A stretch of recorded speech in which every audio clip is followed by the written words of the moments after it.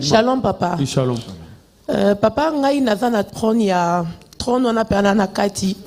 Naza besoin au pesanga ba prière pour la sorcellerie déjà pour commencer. J'avais besoin des prières. Parce que à l'âge de 21 ans, on a celle qui rencontre mon kona Moutou. Non, j'ai rencontré quelqu'un. On allait dans des plages nudistes, des clubs de chant. Oui, papa. Naza na moko na poto, donc du coup, il a été dans la trentaine, il avait 38, 40 ans. Donc, Nava Ineti n'a 28 ans là. Et j'ai vécu avec lui. Donc, c'était une relation vraiment très toxique. Kobi Malanga, Zala qui tombe maman nanga yé poto. Abandi ba prière. Ndenza ba révélé que n'a koti que le mois na yo. Ne du coup, bouton na pe na kita kie na yo ko zonga na ndako. Au fait, Azala qui moutoumoko azana ba moyen belé. Donc, du coup, pendant qu'il y a des plages, il y a des nudistes. Donc, quand on arrive, tout le monde bilamba nyonso, au Tamboli.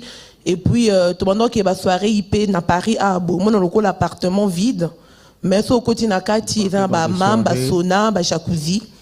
Tu revends wana, tu la tarabilamba te, tu mela, tu ça peut fait tu quoi. Donc, bino na bino. Biso nyonso ka batamine ne, so tuni, tu fais quoi dans la vie?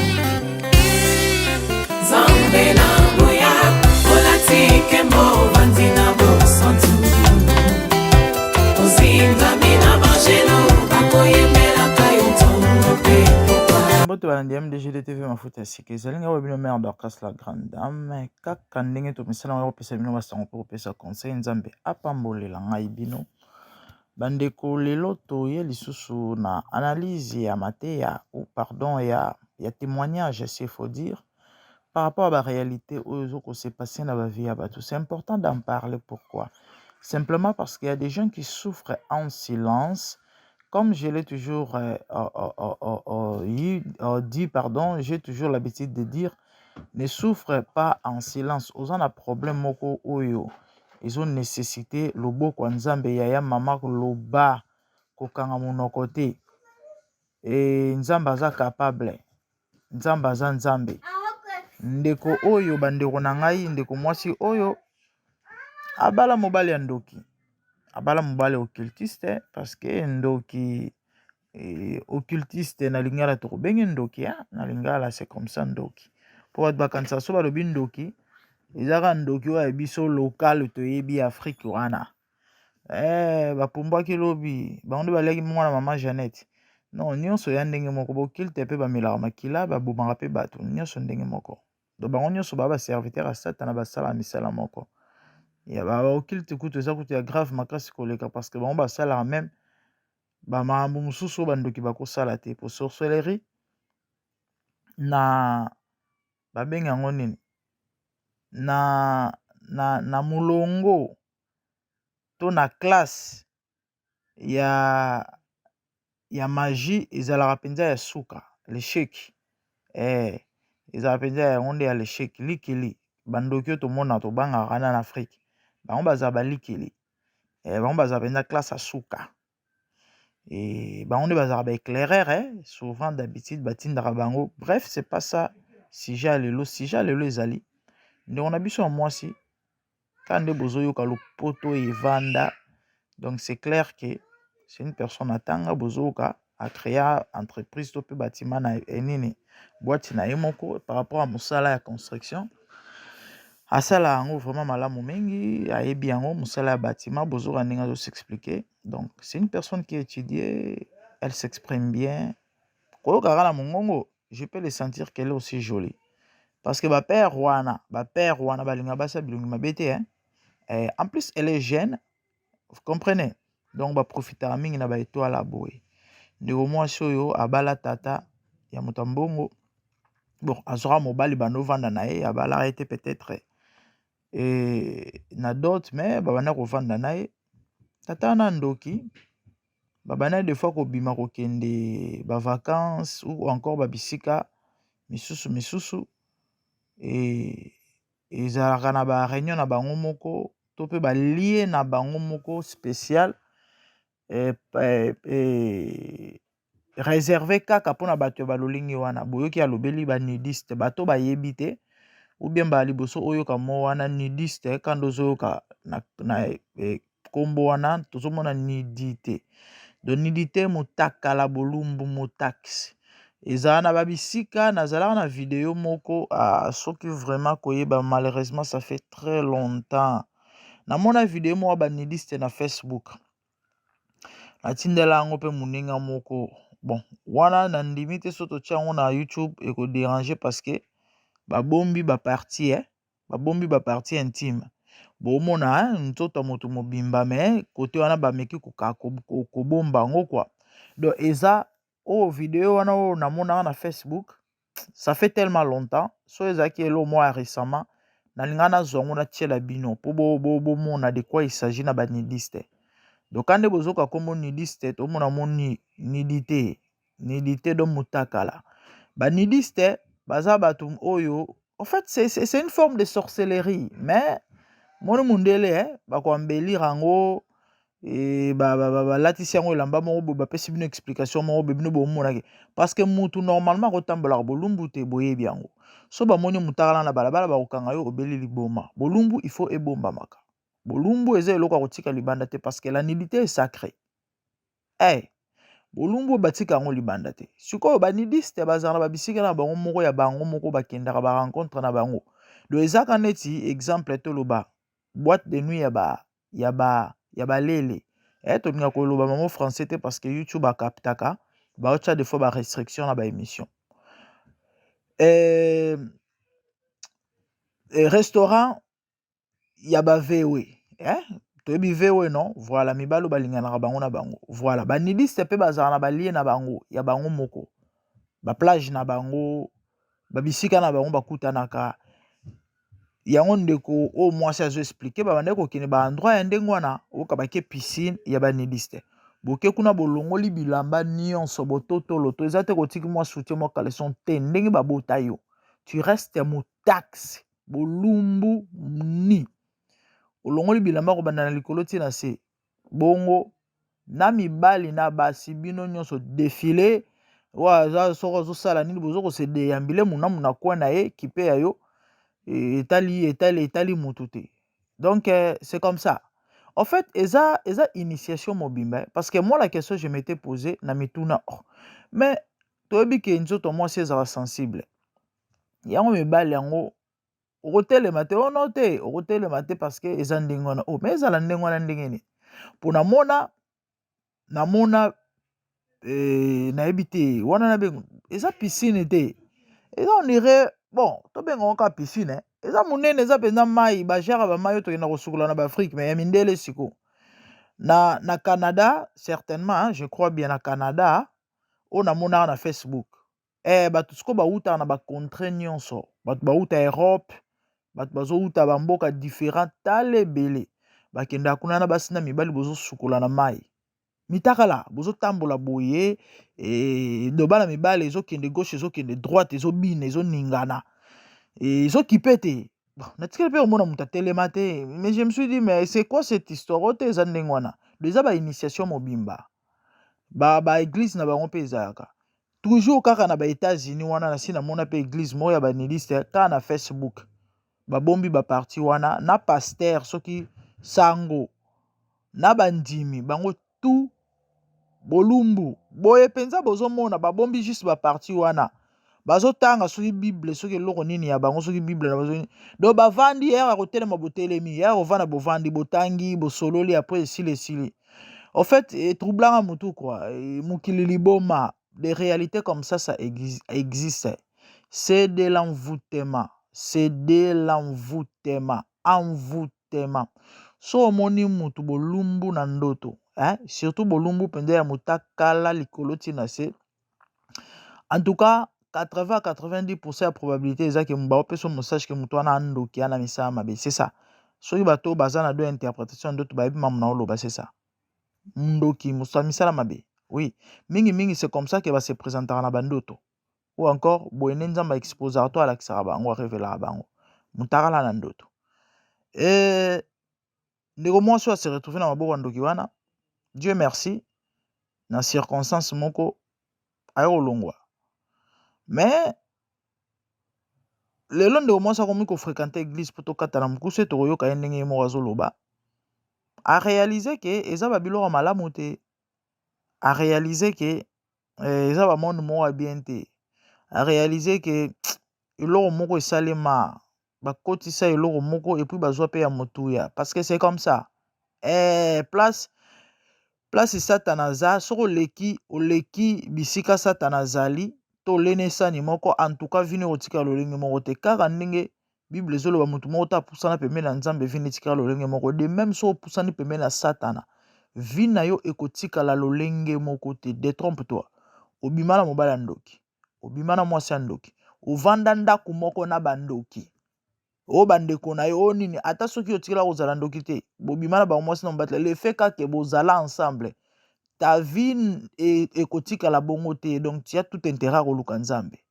Obima na libota bandoki, il faut luka Nzambe, parce que monde ya sorcellerie eza ya na ba réalité nango. Baza ba missionnaire ya diable, basala musala Satana, et ils vont faire des trucs, des choses. So oza prudente, so sale attention te mama okufa. Papa vie ko beba. En fait, il y a trop de réalité. Ndeko mwasi abima, mais Nzambe asungie quand même, c'est qui est une bonne chose, azo sambela. Na ko sambela wana azui conscience, Tala neti actuellement, bien qu'azo sambela, on réalise quand même que ba freinage ya makasi, parce que na mayelo ya anango, na ba grâce pe ba talent o anango, à cause abisiko azate. Vous sentez que ao bunda, mais ao sentir que non, les choses ne marchent pas. Ameki ko créer mo entreprise na ezo simbate, et pourtant ana ba potentiel na ba capacité nyonso. Nde aleli asengi lisungi pa mosali na Nzambe. Donc ba sequel ezanga raté.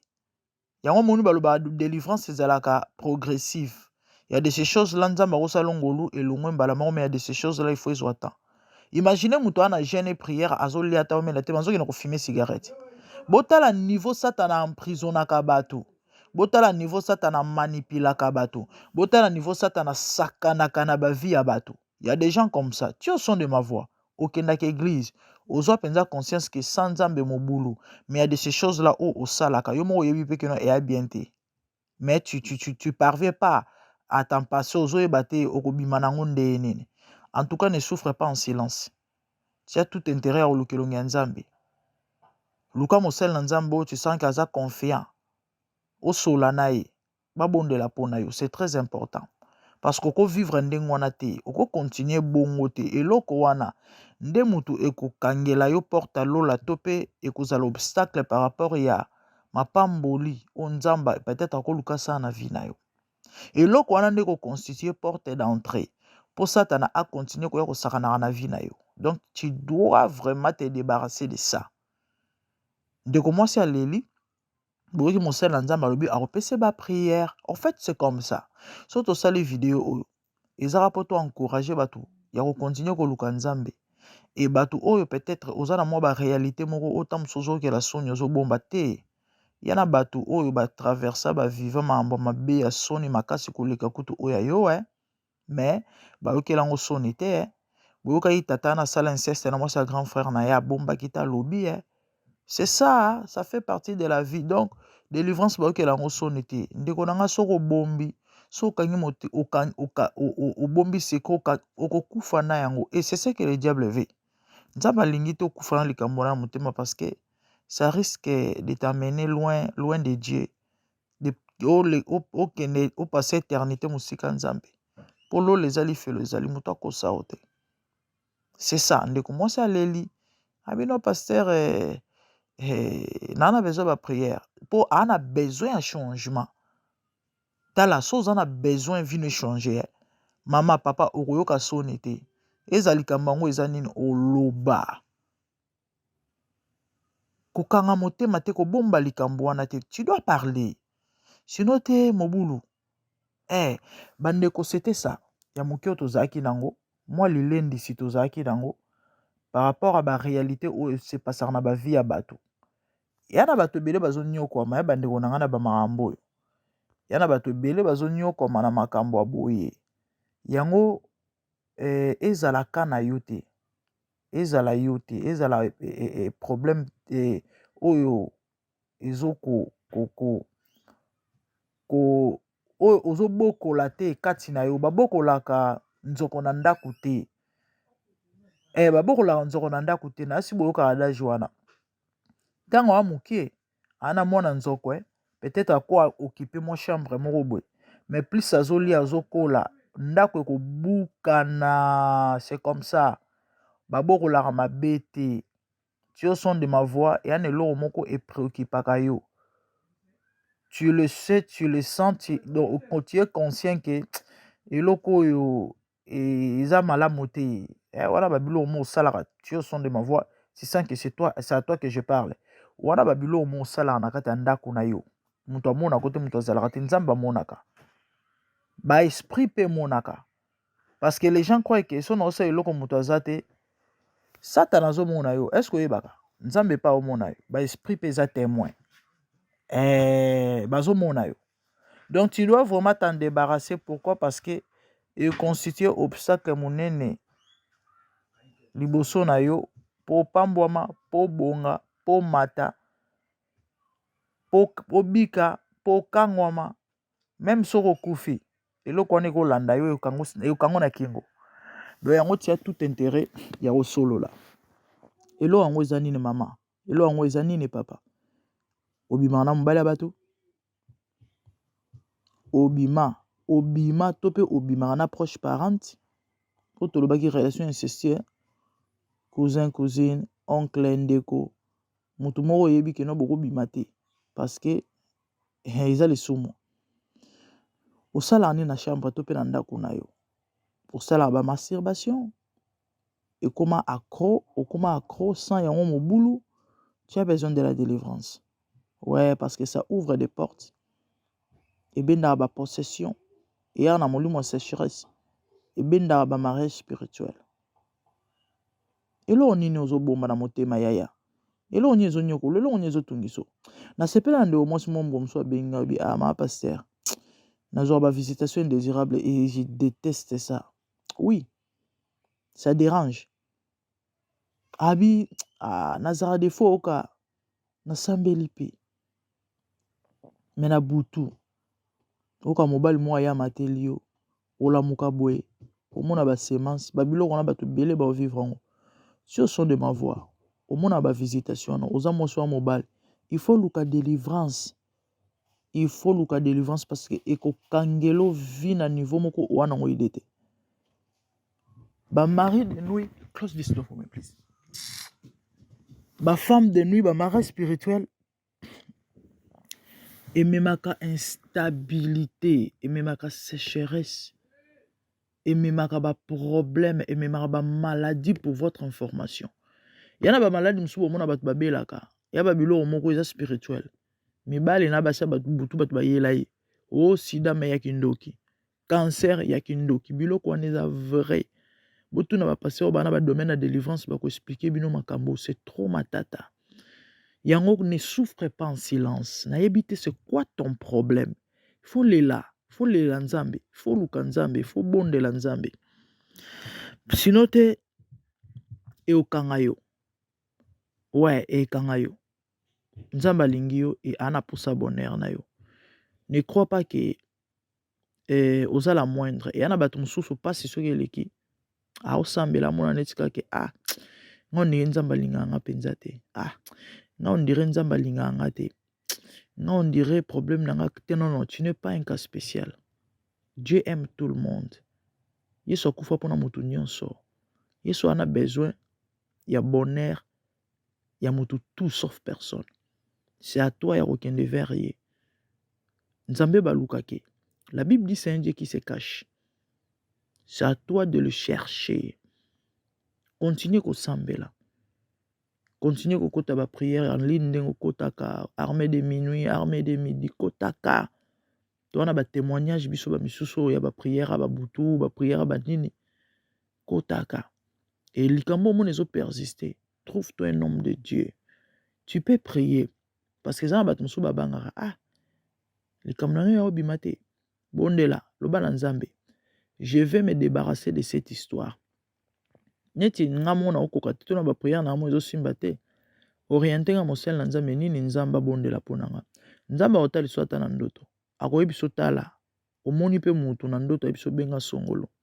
Oui, soki oza na baduti tozoyeba tobenga mosali na Nzambe ni tosola na nani yebisaka bondela kaka loba na Nzambe, Nzambe nana bezo orienter ngai passer nini nako kokende komona pona situation nanga. Le Seigneur va t'orienter. Et je prie au nom de Jésus que émission oyo est réveillé fungolo miso Nzamba salo bola mobile. Bande otokomi na biso na suka toto tshela bino intégrité ya témoignage ndeko mwasi ndenga lelaki boyoka ba piste misusu ba zone misusu a expliquer bien ye moko. Quant à moi na omona bino mbala ya sima bo s'abonner, bo liker, bo commenter et bo partager pe Nzambe akozanga te kopambola yo parce que en le faisant tu vas sauver pas mal des âmes, tu vas sauver pas mal de vies. Que le Seigneur vous bénisse. C'est ça qui tolikat na bonzambe avec Mère Dorcas, la grande dame. Et je vous aime. Ba meilleure vie, ba bonne fête, ba bonne chose. Et mbula sika kitoko na zone de magana kombo na Yesu. Abonnez-vous sur MDGD TV à Okota 2023. Au nom de Jésus. Na osambela kufelo mwananda kunayo. Na osambela kimia kota na libotano. Na osambela maladi tika yo. Na osambela loboko Nzambe ezali kuna yo. Na kombo na Yesu. Nzamba pambola bino, merci beaucoup. À plus. Shalom papa. Oui, shalom. Papa ngai naza na trône ya trône wana pena na kati. J'avais besoin au pesanga ba prière pour la sorcellerie déjà pour commencer. J'avais besoin des prières. Parce que à l'âge de 21 ans, on a celle qui rencontre mon kona mutu. Non, j'ai rencontré quelqu'un. On allait dans des plages nudistes. Des clubs de chant. Oui, oui, papa. N'avait un moko na poto, donc du coup il a été dans la trentaine, il avait 38-40 ans. Donc n'avait une étine à 28 ans là. Et j'ai vécu avec lui. Donc c'était une relation vraiment très toxique. Kobi malanga ezala ki ton maman nanga ye poto abandi ba prière ndenza ba révéler que na ko tikelo mwana na yo ne du coup butu wana pe na kitakie na yo ko zonga na ndako au fait azala ki mutu moko azana ba moyen belé donc du coup pendant kende ba plage ya ba nudiste donc on arrive to longoli bilamba nyonso to tamboli et puis pendant que ba soirée IP na Paris à Bourg mon loko l'appartement vide. Mais so koti na kati eza ba mamba sona ba jacuzzi to vanda wana to la tarabilamba te to mela to ça peut faire tu quoi donc bino na bino biso nyonso ka batamine ne so tuni tu fais quoi dans la vie? Je suis avocat, je suis docteur, voilà donc ils ont très ces belé à Boé. Mais à chaque fois je me retrouve là dedans. Pourquoi? Parce que je suis quand même né dans la Kibonzambe. À chaque fois, je me disais, j'irai pas. Quand je rentre à la maison, s'il me dit, viens, on y va, j'y vais. Pour continuer? Nous continuer, papa. Donc, il m'a mis dans l'alcool et dans la cigarette. Attends, on a bandé qui y a église l'année dernière. Il m'arrivait de quitter le culte pour aller fumer dans ma voiture. Tant que ça qui gêne il y a 40 jours l'année dernière, je mangeais pas, je buvais pas pour gêner, mais je fumais. Je me disais, c'est pas écrit dans la Bible de ne pas fumer, mais je mange pas, je bois pas, mais je fumais. Donc du coup, je me retrouve toujours dans la même chose. Pourquoi? Parce que tant au Kabwani, maman m'éminga na église, mon tendance sambe la jadis à l'époque, et Mutanzambe wana ya kati église wana ya yo linganga lokola moi silisusu. Il m'a aimé, il est venu. Donc du coup on a ébissé que moi je suis dans une recherche d'une relation sérieuse. Parce que moi je ne souhaiterais pas vivre dans l'impudicité. Il m'a dit il n'y a pas de souci, c'est pareil. Mais c'est le même frère là qui m'a remis encore dans l'alcoolisme. Oui papa. Et comment qui pensa kanda lobby que ngai na âge na ngana ko vanda tena mwasi oyo alingo pesa nganzo toté yo zanzete betela kake ozwa mibali ngane zoba na ona vanda na zela kayo et un frère c'est un frère pensa papa te aka ekobo makasi il est frère il prêche aussi contre oui vraiment voilà Ate Yakango tous les jours vraiment ils ont vraiment base naïe à chaque fois c'est cette question au frère Atouni. C'est la question que le frère oui papa il le prêche, mais il ne le fait pas. Oui Donc, et comme qui, à chaque fois, maintenant, quand il revenait dans ma vie, je sentais vraiment qu'il y a un esprit maléfique, en fait. Attends, au commun nani, parce que... Vous êtes avec Naïe ou bien Oana? Au fait, je suis restée avec l'autre là de 21 ans à 28 ans. Oui. Donc, ma mère était déjà en France, du coup. Et elle m'a amené dans cette église-là. Et c'est le frère là qui commençait à sortir avec moi. Moi, j'ai arrêté de fumer et de boire parce que je me suis dit, je sors avec un homme de Dieu. Elle m'a cassé, papa. Avant. Là, c'était vraiment avant. Donc, il y a une bandana, ça la timide. Moi, je buvais. Mais Moukolo Tobima qui vraiment a mis 4 bouteilles à vin, on a mis la bouteille, donc, cela veut dire qu'il buvait déjà avant moi. Et il faisait semblant. Il attendait que à Sakan esprit nanga, comme ça, on vivre un cachot. Actuellement, qu'est-ce qui se passe dans ta vie?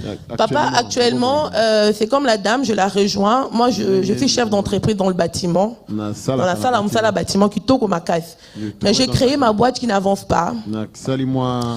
Et puis, je suis obligé de travailler comme la dame. Oui, comme salarié. Donc, des fois, tu te lèves le matin, tu te dis, c'est pas moi. Parce que dans le bateau, toujours une idée à exploiter.